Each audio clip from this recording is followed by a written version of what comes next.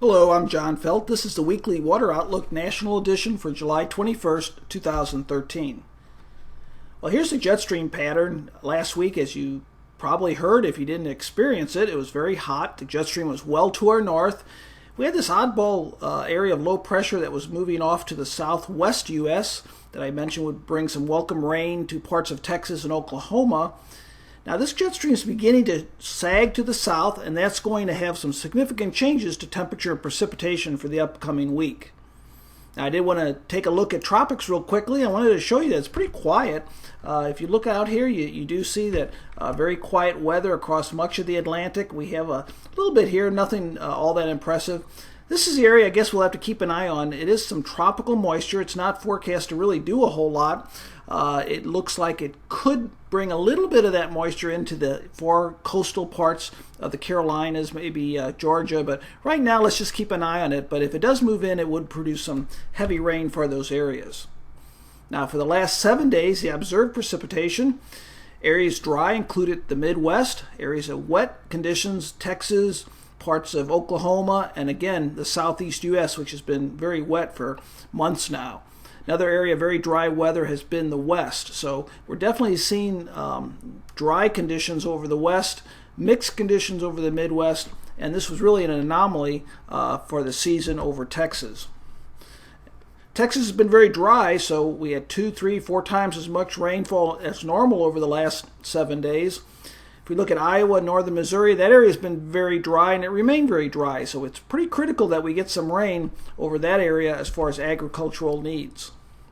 The July precipitation anomaly, this is sort of the big picture for July, and what we see here is we do see wet conditions over the southeast U.S., that's area in green, dry over parts of the Midwest, and then that area of Texas, just think, 2 or 3 day rainfall changed the entire anomaly for the entire month of July. If we didn't have that, it would have been very dry in that area as well. Now, temperature anomalies correspond very closely to cloud cover and precipitation.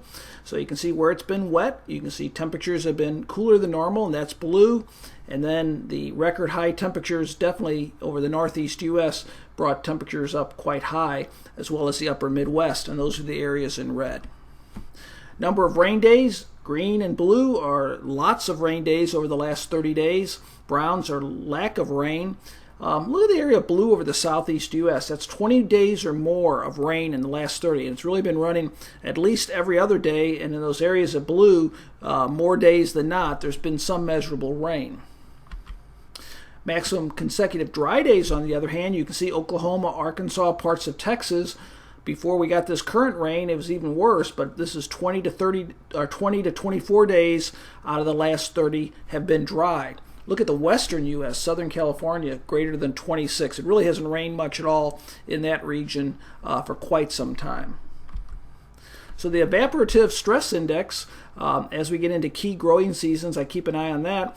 It looks like areas, especially in Iowa, northern Missouri, southern Illinois, can really use some rain. Red are areas that are very dry, can use quite a bit of rain, as well as Kansas. Sort of interesting, Kansas and Missouri could get some needed rain, and that could really help in those areas this week. So the initial soil moisture, we see east versus west for the most part, anywhere from Illinois, Indiana, down through Kentucky, Tennessee, Alabama, east is generally fairly wet as far as soil moisture goes, or I should say at least adequate or wet. And then as we get over the western part of the U.S., it's generally fairly dry. The area that's a lot more mixed is right in that transition from Iowa, Missouri into Arkansas, and that area is definitely trending towards the dry side, and rain is needed. If we look at the 7-day average stream flow, it corresponds to that precipitation trends that I've mentioned. Blue represent higher stream flow, black is either record or flood stage stream flow, and red is indicating dry stream flow, and this is a 7-day average. So the jet stream this week, we're going back to a pattern that's really very similar to what we saw late in June, early in July. We're going from this jet that is lifted up to the north to another highly amplified pattern with a ridge of high pressure to the west, a trough of low pressure to the east. You can see the area in blue, the jet stream in blue is this week, but look by next week in green, have that ridge of high pressure in the west, a trough in the east. This is almost a repeat of what I said about 3 weeks ago. Hot and dry west, cooler and showery east. There's some nuances to that, but that's going to be the general pattern as we develop into that this week and continue into next week. So the next 7-day rainfall forecast, you can see the heaviest rain is right along that transition zone, and it will be welcome over parts of this area.